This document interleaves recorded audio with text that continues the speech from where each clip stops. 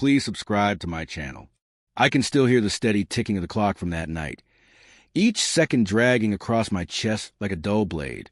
24 years of marriage behind me, yet I pace my own living room like a stranger in my own home.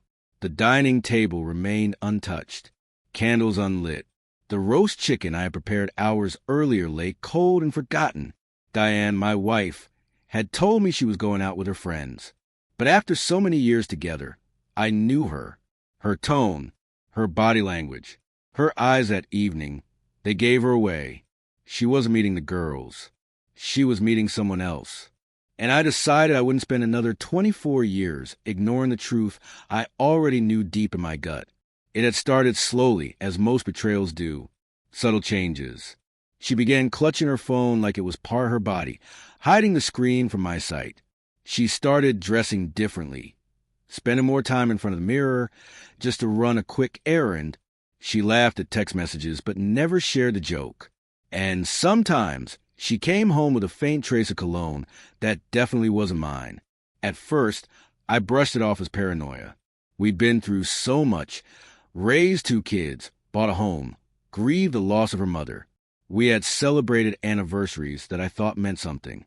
Who walks away after that much history? Then came the lie. She said she was going out for a girls' night, but she wore a black dress I hadn't seen in years.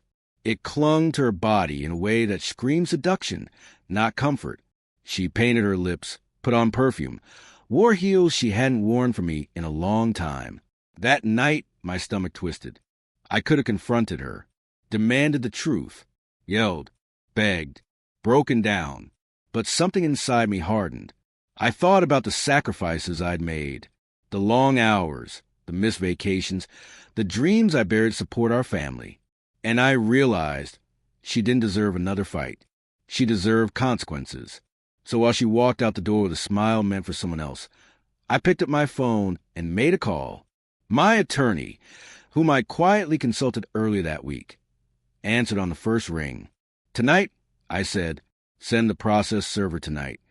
The hours that followed were brutal. I sat in the dim living room, eyes fixed on the wedding photo on the mantel. We were so young in that picture, her in lace, me in a suit too big for my frame. We were glowing, foolish, filled with promises of forever. I whispered to the photo, "What happened to us, Diane? What happened to forever?" Every creak in the floorboards reminded me that she was out there, laughing, maybe kissing someone else. Finally, I heard tires crunch on the driveway. Diane stepped inside. Her cheeks were flushed. I could smell the alcohol on her breath. There was a sparkle in her eyes, one I hadn't seen directed at me in years. She froze when she saw me still in my work clothes, sitting in silence. "Tom," she said, surprised. "You're still up?" "Yeah," I replied flatly. "I was waiting."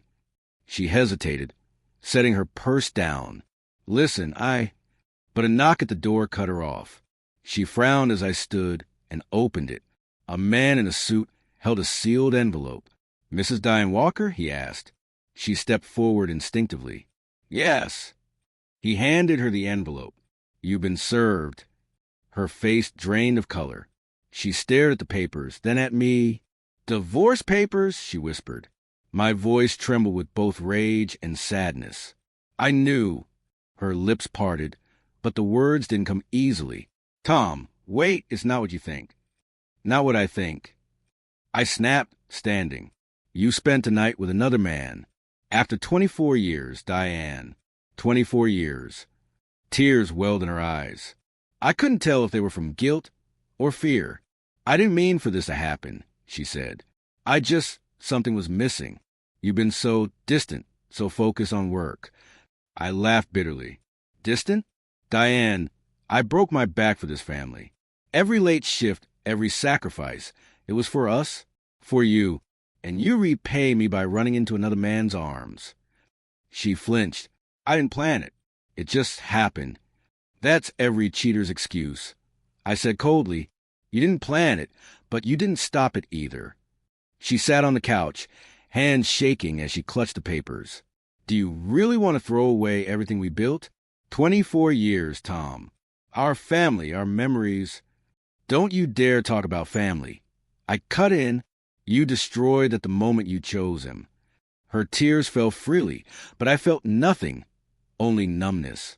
I thought of the memories, holding her as she wept over her mother, crying when our son was born, laughing over burnt dinners and broken appliances. But now all of it felt poisoned, tainted. I was never enough for her. I'll sleep in the guest room, I said finally. Tomorrow you can start packing. She looked up at me, her voice barely a whisper. Tom, please. I still love you.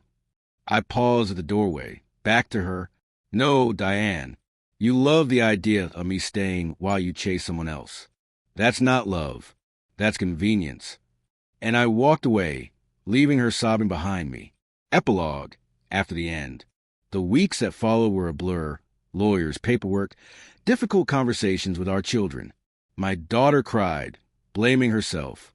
My son clenched his fists and barely spoke to his mother. Diane pleaded for another chance. But my resolve only hardened. Every time I pictured her walking back into our home, glowing from another man's attention, it steeled my heart. The final chapter came in a courthouse. We sat across from one another, her face pale, eyes swollen from tears. I never thought it would end like this, she whispered. Neither did I replied, but you made sure it did. She reached for my hand. I pulled away. That was the last time we spoke. Now, months have passed. The house feels lonelier, but also lighter. I still catch myself setting 2 plates of dinner, out of habit. Sometimes I smell her perfume on a pillow, but the silence no longer suffocates me. It heals me. Betrayal doesn't just break your heart.